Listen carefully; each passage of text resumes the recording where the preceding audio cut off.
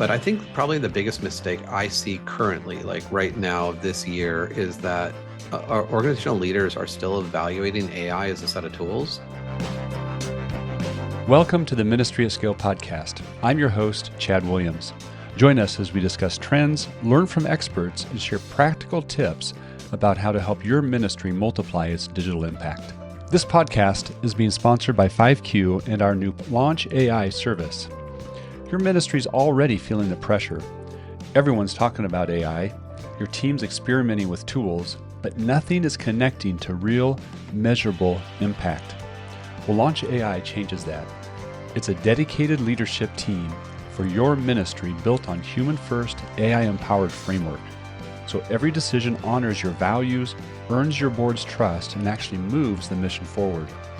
In just 90 days, Launch AI will establish AI governance, select and configure the right tools for your team, create and test several use cases, and train your staff for immediate productivity gains. Stop experimenting, start multiplying. Find out more at 5q.com/launch. That's FIVEQ.com/launch. Welcome back to the Ministry at Scale podcast. I'm joined today by Nathan Chappell. Nathan is the Chief AI Officer with Virtuous. He's also founder of Fundraising AI and co-author of several books, including Nonprofit AI, and he's also a podcast. He hosts a podcast. So Nathan, you are a very busy man. Welcome to the show. Yeah, thanks for having me. No, it's never a dull moment for sure. That's great. So Nathan, you founded Fundraising AI back in 2018. Like in AI years, that's like 100 years ago. Yeah, we So always say how like, was it? Well, go ahead. well, AI is not measured in years; it's measured in cycles, essentially. So yeah, it was a while ago. Yeah. So how was it that you became interested and involved at the intersection of nonprofit fundraising and AI so early in the game? Yeah, I mean, part of it was that I spent 20 years as an accidental fundraiser. So I was a technologist. I'd started two tech companies early on, right out of undergrad and then grad school. Found myself in nonprofit on accident. Did that really for at that time, it was about 17 years, and ended up, it was one of those moments, this, BHAG moment, the big, hairy, audacious goal moment, where CEO, I was working in a cancer hospital, and he basically came in and said, you need to increase your major gift revenue by 25%. And we kind of laughed, and he wasn't a person that typically laughed about things like that. And then he said, oh, by the way, you can't hire anyone. And, I think he did this on purpose. He was known for just, throwing big, throw a grenade and then walk away.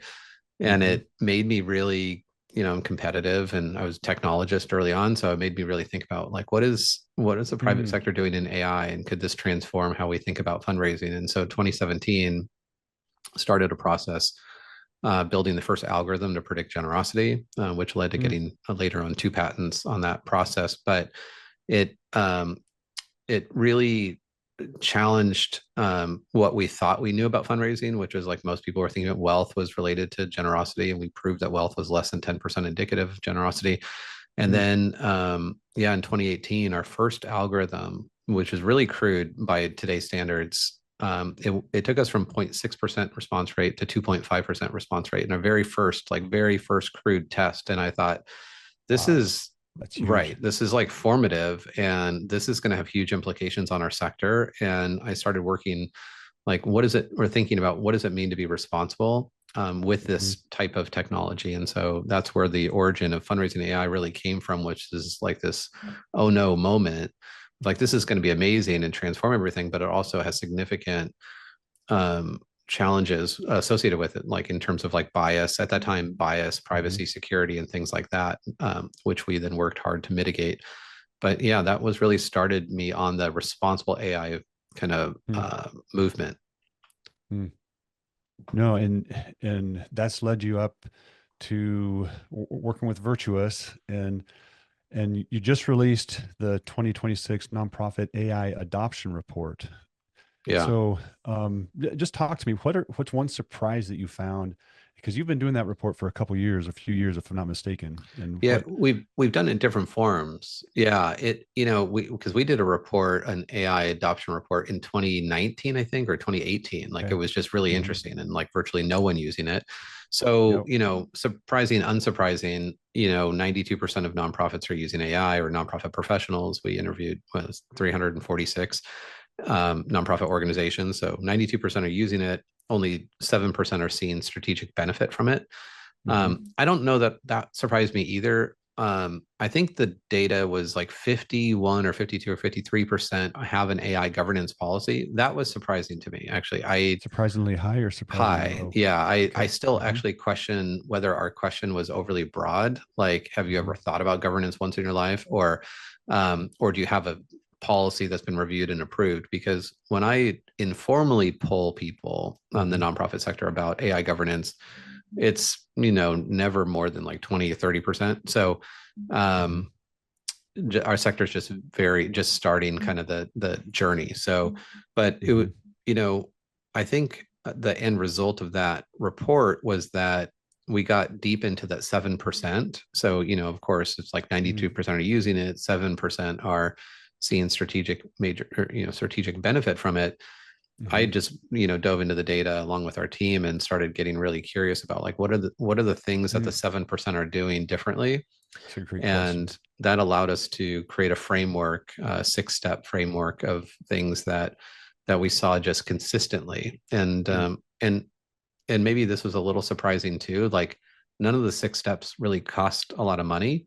Mm. They don't take a ton of time. I mean, you could do them in 6 months, but they do require discipline. They require, accountability, which is where I think a Hmm. lot of organizations, fall short, right? And in your work, they fall short and they need somebody else to help guide them through that because they have all their other priorities. It's not by lack of, Hmm. not wanting to do better. They just have a lot of other things going on.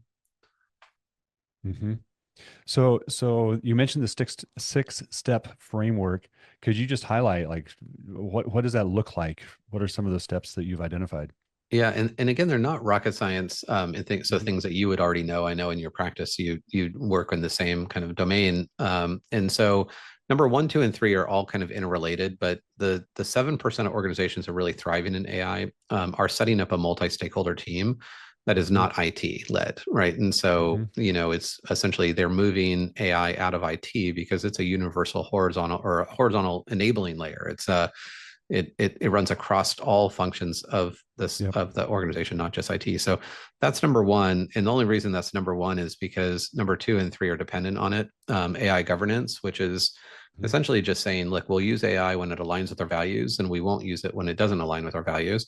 But then the third step is the acceptable guidelines, the acceptable use Hmm. guidelines. And that stakeholder group ends up being kind of where the rubber hits the road. They're the ones that are like, yeah, not all tools are equal. Some tools are, should need to be, focused on privacy because of PII and other types of Hmm. things. Whereas other tools for ideation and just creative brainstorming, not so much. So the acceptable use guidelines serve as kind of that decision tree of educating a team and your onboarding organization or deciding like if I'm doing Hmm. this, what are the tools I should use, and if I'm doing this, what. And then after that, it's basically documenting. They document what works so that everyone has a Hmm. level playing field, whether it's prompt libraries or Hmm. other types of things that have worked or not worked. And then we get into picking the right tool for the right Hmm. project. And so that one, it has been a little less obvious in the past because especially with generative AI, we kind of just in the beginning thought they were all kind of the same. It's just like bottled water. Hmm. And Hmm. we've learned that over they all use the same data to train their large language models, but those models were trained in different methodologies, and those Hmm. methodologies have now manifest themselves differently. So like some models are really good at coding or writing, and other models are good for analysis. And so it's like I always share with people, it's like having a toolbox in your house. When you're going to hang a picture on the wall, you don't grab a saw. Well, why do you not grab a saw? Hmm. It's like, well, because you've seen a saw in action before. You've used it before. It's good at cutting wood, but it's bad at hammering nails. And Hmm. so the only way, when these organizations, they're they're essentially using the right tool for the right project, it's because they're experimenting, right? It's because they're playing with them. They've tested the boundaries. They Mm-hmm. know what those tools are good at and what they're not good at. And then the Mm-hmm. last one is so obvious. It's kind of, it's kind of funny that it even has to be there, but they're also setting goals. And maybe so obvious, but it's kind of Mm-hmm. insane. I don't know what you've seen in your work where a lot of organizations are on this AI journey, but they Mm-hmm. haven't actually determined what success looks like.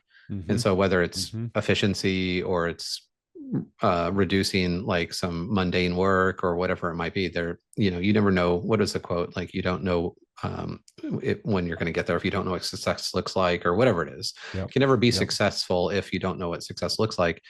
And so it's so basic, but yeah, a lot of orgs are not setting goals with AI. They're just treating it as like another tool to write emails faster. Yeah, no, that that's fascinating because it's very similar to, like, I would say it's the similar process what we found as we went through internally our process Hmm. of becoming AI empowered. And what I mean, you've almost laid down the six things that we're doing for when we help ministries do the same thing. Yeah. And Yeah. how, like, something that's important that we do, we add another layer. I think you said, like, your AI governance and let what's allowed inside the organization, let that drive. Like, we feel very, very strongly that it needs to be a human first approach. Right. Um, Yeah.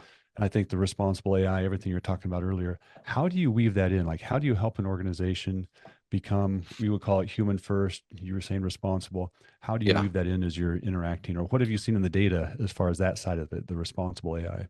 Yeah. I love that you've really taken on that human first AI empowered kind of ethos. I was in Geneva a few years ago at the UN AI Summit, the AI for Good Summit, which I attend typically every year. And there was a speaker who just had a simple thing, which is that humanity, and then had a greater sign to the word Mm, utility.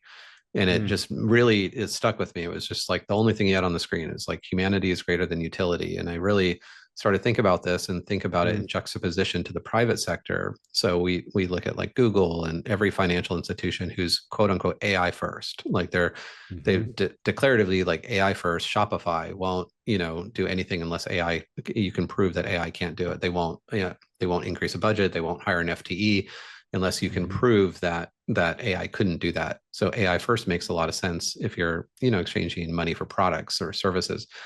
But in the mm-hmm, nonprofit sector, generosity is an inherently human thing. I mean, mm-hmm, it's essentially mm-hmm, we're wired to give, and that's written about this in my first book, and then lots of articles about it. The pro-social nature of people. Like, God had created us to be in community and to support each other in pro-social ways. mm-hmm, And that by definition, the nonprofit sector can't follow the same framework that works for the private sector. If yeah, we believe that, and if we operate in the currency of trust, then our framework can't look the same. And so we also adopted it's called AI, a human first AI forward. So similar to yours, and that is basically where it starts at the values piece. So the AI mm-hmm, governance is the part where a lot of people are like, hey, they get in a nonprofit sector to like do no harm. They want to feel good about their work, and they want to know that it's additive. And with AI, it has this opportunity to do like amazing things, like absolutely astounding, amazing things that either seemed impossible or like witchcraft at some point. Like, it's just like you have this easy button to do these things, mm-hmm, but not all things are, so not all things that are ethical are also beneficial. And mm-hmm, so like social media is not unethical by nature. Its design is essentially to bring people together and for people to make money by bringing people together. But overuse of it has lots of unintended mm-hmm, consequences and long-term consequences. So that framework of like looking both at short-term and long-term, that's where responsible AI comes in. That's different than mm-hmm, beneficial AI. And so mm-hmm, that human first part is really has to be ingrained in that governance. So yeah, I think like your work, it's not just one thing. It's actually the layer that goes over all the things. yeah, And uh, even with agentic AI, I've had to kind of reframe my thinking about human in the loop, because human in the loop was this like idea when AI was fairly static and like it was easy to mm-hmm, interpret and have a human kind of be at an intersection to say go or no go. But agentic AI presents a whole new set of challenges, which moves autonomously by design. Hmm. That human in the loop is either no longer achievable or possible. So I started using the term human at the helm, and Hmm. human at the helm applies accountability. Yeah. And Yeah. so I don't know if you've seen this memo from IBM. It was like somebody posted on LinkedIn recently, but it's just like this old, memo type with a typewriter written thing. It says a computer cannot be held accountable, therefore a computer should not make a management decision. Yep. And same thing, AI can't be held accountable. It shouldn't Yeah. make a management decision. And so human at the helm is the person that's accountable for what the AI is doing. Yeah. I actually saw, I think you wrote a blog post or LinkedIn post. I read that. And I think that was the same post where you made the case for the value of like you're feeling more drawn, I think in your case, like toward the wood shop Right, and right. toward a way. And I'm the same way. Like I actually wrote a very similar post after I read yours. I don't know if it's hit our website yet, but man, the more time I spend in front of the screen, the more Yeah, time I feel the draw. For me, it's of nature, it's of my farm, it's of just yeah, getting out and and food plotting and hunting and those kind of things. And it yeah. sounds like from reading that you're experiencing similar draws. A big reason why I moved to Tennessee from California. I mean, Mm, people ask why, and you're like, well, I wanted seasons because the weather in California, being born and raised there, just is very monotonous. And I wanted to see a place where like trees or leaves actually fall off trees and things like that, to wear a yeah. jacket. Yep. Because I would always tell people, well, I own a jacket and I would use it when I travel, but I would never wear it at home. But I think the biggest reason was it was sense of community, finding, Mm, community, but also being a bit more connected to nature. And so, yeah, we bought a couple of acres. Weirdly enough, so we get a knock on the door that we've been here a year and a half. The day after we moved in, a knock on the door, and it's our neighbors next door. My neighbor's the chief AI officer, and okay. it's, I mean, outstanding. Like, I mean, it's just amazing, and to the point where like there's not a lot of us, and we tend to be like outcasts in a lot of conversations. Like we don't get invited to dinner parties because there's just like we're so out of touch with like regular things. But he and I have lunch all the time, and we're just like this and this and this and this model and That's this and this awesome. person did that. So same thing. I mean, he came out here, taught AI at University of Texas, came out Mm, here, owned a company, and then starting a dairy farm. Like, I mean, his whole like it's amazing. I mean, it's 45 acres and it's just like loving life out here. So yeah, I think there's I don't know if it's biological, but it's just a human nature of like, if everything is synthetic, you start to question like what's real. And then yeah. you find in your life, like going back to the things that are real and that bring you joy. Yeah, and I think there's an innate, like we're created in God's image, and being created in God's image, there's a draw towards God's creation. Right. And yes, yeah, no, love that. Um, One of the things that same report, it found that 47% of nonprofits have no AI governance policy at all. And you mentioned that earlier. Yeah. Yeah. But for a ministry leader that's listening to this and like and they recognize, hey, we don't have a governance policy. What's the minimum viable governance policy? Like, what's a good enough place to start? What should that actually look like? Yeah, and in fact, in our report, we actually have a download for a governance policy template, just Hmm. because of that same thing. So it's like it sounds so scary when people are like governance. That just sounds like, oh, like I have to get attorneys involved, and it's going to take forever. The difference between AI governance and data governance, and that's probably why people have that reaction, is because data governance is slow, it's boring, it's static, it doesn't really ever change. It basically says things like we won't sell our data to organizations or whatever. Hmm. But AI governance is a bit more dynamic in that, if you built an AI governance policy a year ago, it probably wouldn't have had the word agentic in it and, autonomous behavior. And so you have Yep. to like continually refine. So it's better to keep it nimble and light. So it's typically like a one-page document. And I Hmm. look at governance as really that the stoplight, which is like, believe in the use of AI to use our donor dollars to the best extent possible to amplify our mission. But we also resolve to not using it in ways that defy our values. And I think this becomes more about values than anything. It Mm-hmm. becomes about understanding, not just having like values on some poster in your office or in your onboarding manual, but literally now the thing that you make decisions based on, like you literally Mm-hmm. evaluate vendors based on what do our values say about, this approach. And I think that both at the organizational level, um, super super important, and at the individual level, like I'm kind of shocked because when I do keynotes, I like to ask like how many people in the audience have values, and people laugh, and it's like it's not a trick question. Everybody raise your hand. Everybody has values.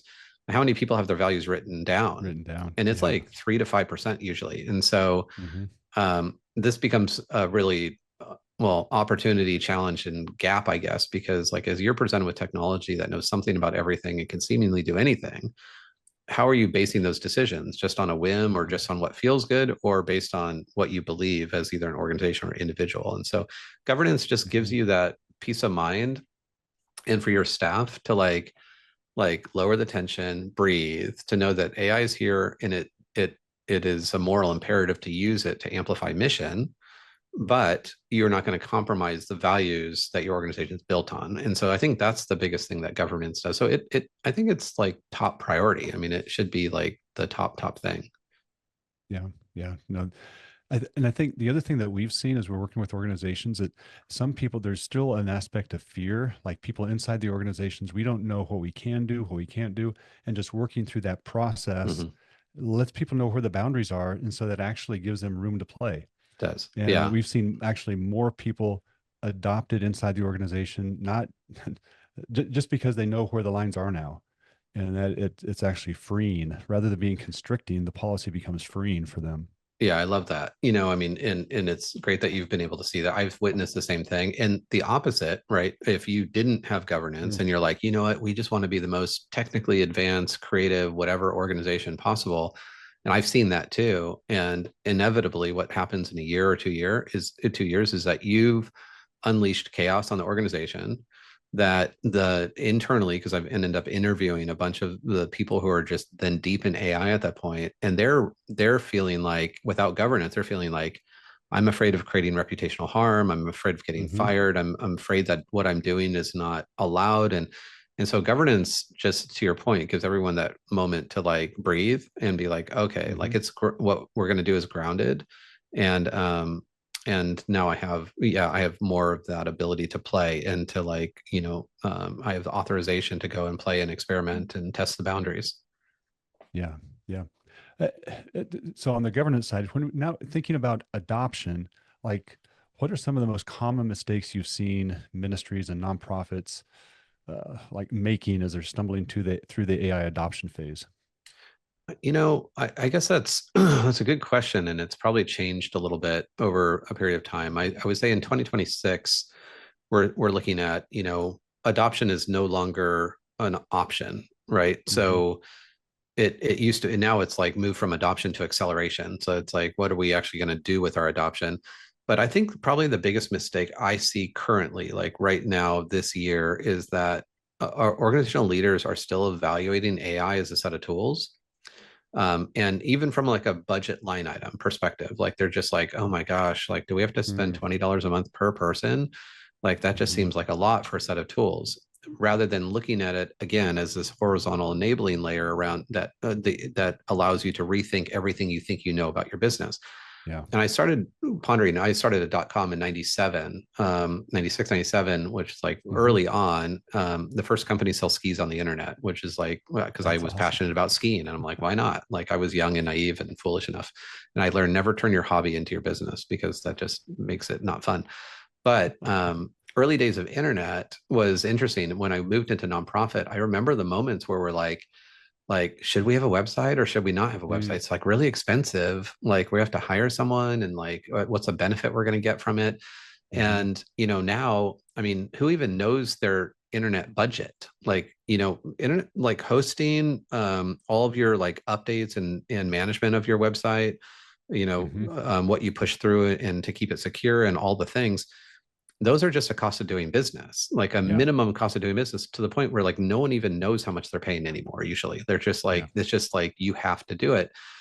because it's a vehicle that you use to amplify your mission. And Hmm. so we'll get there. I think we're still at this moment where we're evaluating AI as a set of tools, not as a cost of doing business. And so I think leaders Hmm. really need to start thinking about like, and this goes back to that idea of like defining success. If you haven't Hmm. thought about what your goals or success looks like for your organization, then it's like, well, this just looks like an expense item. Hmm. But if it's like, look, we want to gain 20% efficiency with all of our team so that we can use their dividend of time to do more human things, Yeah. a 20% cost savings of every employee is 1 day a week. I mean, that's Hmm. like nothing compared to $20 a month. And so I do think it's a shift from this like incremental thinking around AI as a new set of tools to like a more holistic way that business gets done. Are you seeing that more holistic way impact? I mean, we're obviously seeing it impact individual workflow, and we're starting to see it impact like departmental workflow or even cross departmental workflow. At what point, like I'm anticipating the day where it will impact the organizational chart, like the entire organizational chart. What are you seeing in your landscape? Are you seeing organizations already in the nonprofit space? We're seeing it in the for-profit space, but in Yeah. the nonprofit space, have a significant impact on their on what the org chart looks like? Not necessarily, not yet. I mean, there's going to Hmm. be still, I mean, we're just still again like at this the nonprofit sector is far behind when it comes to kind of the well in most things technology, but like in this case, because to your point, like that like even at Virtuous, we've flipped the org chart. So instead of Hmm. hiring people to do jobs, we use AI to audit what jobs need to get done. And then we've looked at what AI and mapped that to what AI can do those jobs. And then what Hmm. people do we hire to manage the agents to do the jobs? That Hmm. will happen inevitably, right? Within a nonprofit, because it doesn't make sense just to continue to hire people and kind of cross your fingers and hope for the best. And inevitably what will happen is that people within an organizations that are AI curious are going to start outperforming those that don't. Then Hmm. they'll take on more responsibility of managing more AI, and then there'll be that separation where that will start to occur, and it won't take a long time because AI is exponential. It's so it's going to happen faster. But you know, I was on an airplane the other day, and I'm like, the golden trophy or whatever you call it in the private sector right now is to create $1 billion company with one employee. And there's like contests and perplexities put up millions of dollars in compute and cash to do this. Hmm. There's one company right now valued at 1.8 billion with two employees, and whatever, they'll probably all go to jail. But I was on this airplane. I'm thinking, well, why, like, if this is possible, why would someone not create $1 billion nonprofit with one employee? Like if it Hmm. was possible. And so I think, and not to say that's a good idea or I'd even advocate for it, because there's implications on both sides. But if it's about solving, big issues or amplifying the gospel in ways like, should we constrain ourselves to the way things have been, or should we go Hmm. back to the foundational level of like looking at our work and be like, if your nonprofit was 1 day old, would you staff it the exact same way? Yeah. Like if you didn't Yeah. have all the layers and the departments and the teams and all the people and all the stuff that come, or would you, if it was 1 day old, would you sit around with a few really smart people and whiteboard something that looks very different than today? And I think Hmm. that's probably one of the biggest questions and opportunities for leaders today. Hmm. How, like, let's say a leader does that thought exercise and sits down with a couple staff members and maps that out, and they realize, oh, like there is a lot of different way that there's a more efficient and effective way to do it. How do you advise them to cross that chasm to start moving that direction? Because you have Yeah, humans that are dependent upon them for their livelihoods. So, sure. and in a nonprofit space, like it's not just about the bottom line; it's about real impact. Yeah, So, yeah. Well, and that's why I'm not like I think it would be interesting to see if there was $1 billion yeah, nonprofit as a standalone thing, but not a nonprofit that converts itself and lays everyone off. yeah. Um, so I don't know. I'm like I want someone to try it and like see what happens. But where when people think about layoffs and people think about Jensen Huang, the founder of NVIDIA, was interviewed not long ago, and he's like, "What do you think about, these companies are laying off 4,000 people to do more Mm. work more efficiently?" And his response is very simple. It's like, "I think they lack imagination. They Mm-hmm. basically run out of ideas. They've Mm-hmm. just run out of ideas because they're trying to do the same work with less people or less cost." Mm-hmm. Well, that would be a shame for the nonprofit unless your nonprofit fulfills its mission, right? Mm-hmm. Then it is still has work to do, because the purpose of a nonprofit typically is to put itself out of business. And Mm-hmm. so even at Virtuous, we haven't laid anybody off. We're not Mm-hmm. hiring as fast, but Mm-hmm. we are equipping and empowering everyone, enabling everyone to think differently, and then to have the tools, and the both accountability, but like the empowerment to actually transform their work. And so one thing that we Mm-hmm. did recently, which is actually every nonprofit could do it, because to your point, it's a culture issue, right? This becomes Mm-hmm. around change management, and a lot of people don't like change, and most people care about, what does this mean to me? Mm-hmm. So we gave everyone in our team a single prompt, and the prompt was, come up with an agentic workflow, an automated workflow that would significantly improve your job or the job of one of our customers. Mm. After you do that, you got 4 weeks to do it. Record a 3 to 5 minute Loom video and then share it with your supervisor. And then we actually graded them. We put Mm-hmm. up cash prizes. And so, just to like incentivize, so it's like a carrot or a stick. It's like Mm-hmm. everyone, basically, we threw everyone in the pool. Like, look, there's no Mm-hmm. future for us if we don't do this. Like, everyone's in the pool, and we wanted to find out, like, who needs more help, like who needs, who's going to jump out of the pool, who's going to the deep end. And it turned out like we had these amazing experiences, and workflows that saved, like, not just saved like tons of time, but just like really creative, some of the things that we would have never done before. And Mm. then some of the things transformed how, in some of the most surprising areas that we uncovered, came from the most unsuspecting people, like people that were Mm. buried down in the Wow. org doing like really mundane work, Yeah. Yeah. and they just got creative. And so that's not that's not a for-profit thing. Like, if Yeah. AI is the Yeah. future of your organization, it's incumbent upon you to like help people navigate change. Yeah. And part of the way you can do that is like, look, we're going to do this thing, incentivize this thing. It's like everyone's going to be in the pool, and we're going to provide resources for you along the way. Um, and so it starts out. We actually started with a culture survey first about a year ago to Mm-hmm. like see what the temperature was, and then Mm-hmm. we called it AI Olympics or qualifying race. We kind of built it F1 kind of style, but it was like AI Olympics.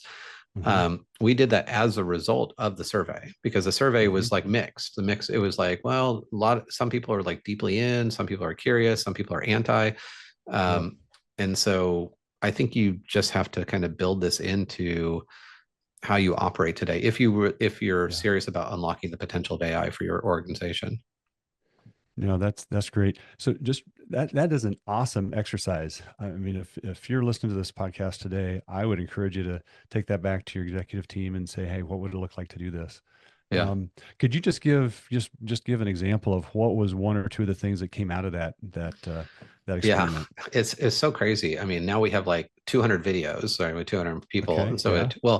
and that, in fact, we have more, because one person submitted seven. So one young woman did seven. A few other people partnered together, which wasn't one of the requirements, and so we have all these videos that are all now Mm-hmm. public. So anyone on the team, we have a Slack channel, so we Mm. share the videos and what they do. So like I said, we put up cash prizes, so first, second, third place. But then there were so many other ideas that we created 13 more awards or 12 more awards. So we had 15 total awards, like most creative, most whatever, Mm-hmm. most impactful.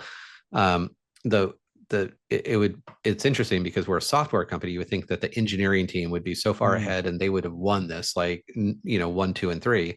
And in fact, the number one place person was a person who does our podcast in marketing. He basically looked at all this like really boring work that brought no one joy, about, after you do a podcast, segmenting it, creating show notes, doing all this stuff, creating the collateral Yep. and all this stuff. And it was Yep. basically a whole day's worth of work. He created an NAN workflow that is like Mm-hmm. one of the most complicated NAN workflows I've seen. It's like 50 different nodes, and he automated a day's worth of work. And it was just such a creative thing, so that he could do more of the things that we're actually like paying him to do, like thought Yeah. leadership things. Yeah. And so then, yeah, another one was just like, one of the unsuspecting ones was just this person who he matches data. It's just a really boring job. Like, honestly, it's just like he matches data that comes in through like the giving platform to this. And I didn't even understand most of it, but he created an agentic workflow to like automate it, but it didn't only, he literally like automated the whole thing, like the whole job basically. But it improved accuracy like 20 or Mm, 30%. And wow. so it not only did it faster. And so, those are like the hero moments. You're like, yes, like high five.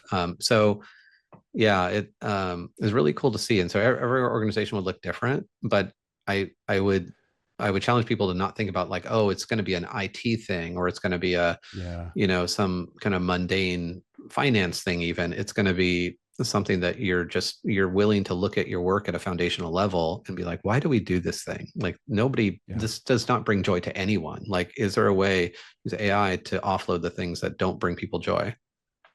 That that's great. And the example that you used with your gentleman who does the podcast, it's like it allows him to bring, like you said, thought leadership and the human judgment, and so he doesn't have to be bogged down in that mundane, the things that they can suck the life out of us. That's Right. fantastic. Yeah. Yeah, and the fact that he came up with it, he came up with the idea and actually implemented it himself. So it wasn't like the organization saying you must do it this way. Right. It's from the. I love what you did from a grassroots, ground up approach. and then That's and then keep brilliant. it That's going. great. Yeah, keep it going, Yeah, keep the videos going, keep people yeah. questioning. The thing about especially agentic AI, two things. I think you have to unlearn everything you think you know about AI, because it's like so vastly different. So if people haven't used like Claude Cowork, they Hmm. should.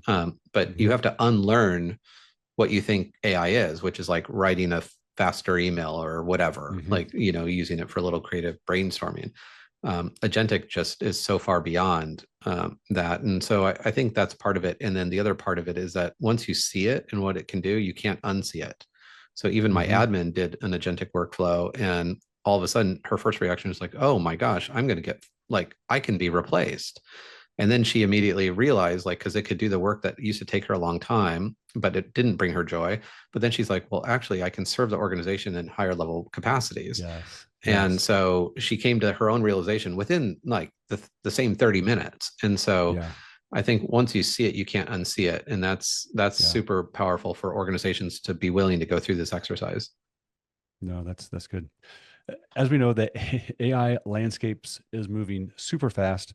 Lots of cycles. Like, what do you see? What's on the next horizon, the next cycle? Not just for nonprofits, but just even at large, so the nonprofits can be thinking about.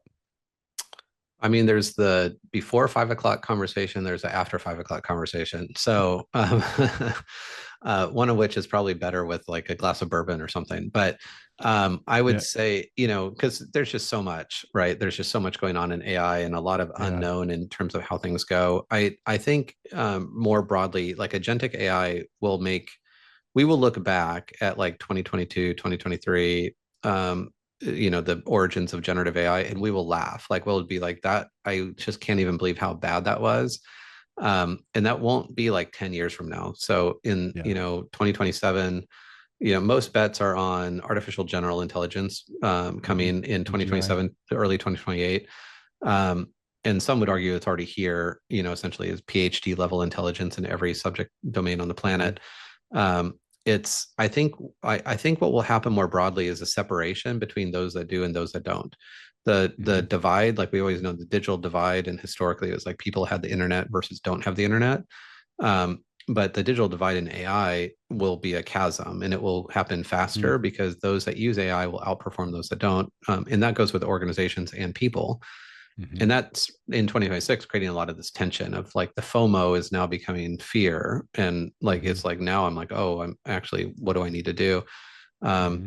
so I think that will occur. And, I think from a macro perspective, I think AI, as it continues to evolve and, you know, consume and build synthetic data, that people Hmm. go back to center. So I wrote an article the Hmm. other day called Community as a Growth Industry.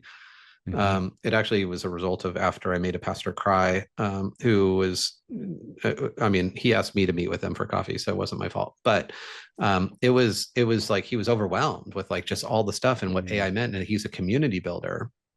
And Mm-hmm. in that moment, I'm like, you're in the perfect place, because as everything becomes so faster and synthetic and, quote unquote, fake from that perspective, people will call for deeper, more philosophical questions that will require Mm-hmm. answers like, who am I? What am I Mm-hmm. here for? What happens when I die? And this is where I believe the church and scripture has the only answer, really, right? Because there's just like Mm-hmm. one truth, and it's this idea that, like, as people are seeking truth, it's like, well, here you go. So, open your doors and, Mm-hmm. focus on building authentic community. I don't know the church is aware and open to that yet, but I do think that will be like a macro systemic shift in Mm-hmm. AI. Will continue, and it will continue to do all these amazing things, and how we work will change. But at the same time, I think we will call to question, like, what does it mean to be human, and what does it Mm-hmm. mean to be grounded and to be with people that are aligned. Just as we were talking earlier, like our draw, the more I'm in front of a computer screen, the more I'm drawn to nature. The more in Hmm. front of the computer screen, the more I'm drawn to community. Yeah, And you're exactly right. That's the perfect. I mean, that's what the church was built for, yeah, was yeah. So this is a community moment, with God and right? community with others. And Yeah. yeah, I love that perspective. That's a really good way to think. Love that. Good. Well, Nathan, this has been fantastic. Uh, our listeners know one of the things we always end on is like, what is one book or resource or podcast that's impacted you recently that you can share with us? Well, it will have nothing to do with AI, although I read a lot about AI. But Mhm. actually, I just bought I have two tractors. I have a new tractor that's air conditioning and heat, and it's like super cushy. But I Is it just recently green? bought, no, it's white. It's actually a Bobcat. Okay. Okay. There's a reason Nice. for it. I won't get into it. But my second tractor I bought is a 1949 International Harvester, and it's like a time machine, and Yeah. it literally is like a time machine. Get on it, it goes like 2 miles an hour. But Yeah. I started reading the 100-year history of International Harvester, and I Mm-hmm. had no idea, like, they owned 80% of the tractor market Mm-hmm. before John Deere, and a lot of classic case study for mismanagement and not seeing the future and all these things. But the biggest surprise that made me realize is that the tractor only came into being 100 years ago around this year, like in this, like Mm, within this like 2026 year, 100 26. years ago, Yeah. Yeah. about like 1926, where tractors, because tractors were like, were not efficient. They were like falling into the ground. They had to build these like big flat wheels because they would stay on top of the earth. Otherwise, they would just sink. Mm-hmm. And I just, it makes me, it's just amazing, because I think, man, this has only been 100 years. 100 years ago, I was reading a book by Dale Carnegie, as it's about worry. This book, like, he wrote a book, a Mm-hmm. really, really good book on like how to stop worrying. And he's talking about how he would have these thoughts as he was like pushing up or pulling a plow, behind his oxen or his horses. And I'm like, man, that wasn't that long ago. Yeah. To a Yeah. point where like most people were farming, and to an Yeah. extent, or close to people who were. So I don't know. To your same exact point, like, I have a very strong discipline of every hour I spend in like high cognitive load doing AI, I spend an hour doing something that's the opposite, whether it's Mm. planting sunflowers or gardening or something, talking to my chickens. So it's just it's like literally like a counterbalance of just like an hour for an hour. And do you track that? Like, is that I something you actually, I is it disciplined enough to you're tracking, or is I it just don't a track it. mindset? I used to actually clock in and out, even though I worked from home. That was Yeah. a really good discipline. I should start doing that again, because it Yeah. gives you those boundaries. But I'm very aware of it, and I'm conscious of it. Like, I start my day intentionally in a no phone area of my house. There's Mm. no technology. But pretty much almost always now, like, coffee, garden, talk to my plants, see how everything's doing, talk to my chickens. So I'm very aware of it, and I can sense when I feel off, and Mm. what I'm feeling off about is because I'm just not.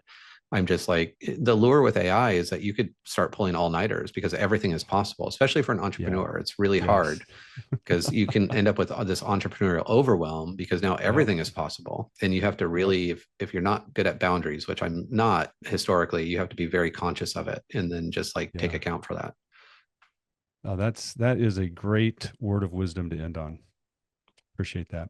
Awesome. Nathan, how can people connect with you if they find out more about you or your work? I know you speak a lot. You were generous enough to speak at our last our last conference, the Digital Ministry Conference. Like, yeah, what's the best way for folks to connect with you? Yeah, I mean, I replicate most of my work. So LinkedIn is probably the hub. So LinkedIn, Hmm. just Nathan Chappell, and then, but I now my articles that I write about every other week are posted on Substack Okay. and Medium, and just they're the same article. They just they're that, but I also post them on LinkedIn. So LinkedIn is probably the most go-to Okay. place. If they Reach want to out know to you on more LinkedIn. about my books, they can go to my website, nathanchappell.com. I have audio versions, like AI generated summaries of both books. So you don't even have to read it. You can just like listen to it Great. for 18 minutes and be done. But yeah, and if anyone wants to reach out, I've made a career out of not saying no, which is a dangerous thing. I always put my cell phone number on my keynotes, and I'm like, Hmm. for 20 something years, it's not let me down. Good people work with good people. That's great. Good. Well, thanks so much for joining us today, Nathan. Very insightful. Loved having you. And we'll let you go back to feeding your chickens. Likewise. All right. Thanks, Chad. Take care. Thank you so much for listening to the Ministry at Scale podcast. Until next time, keep learning, keep growing, and keep impacting your world for Christ.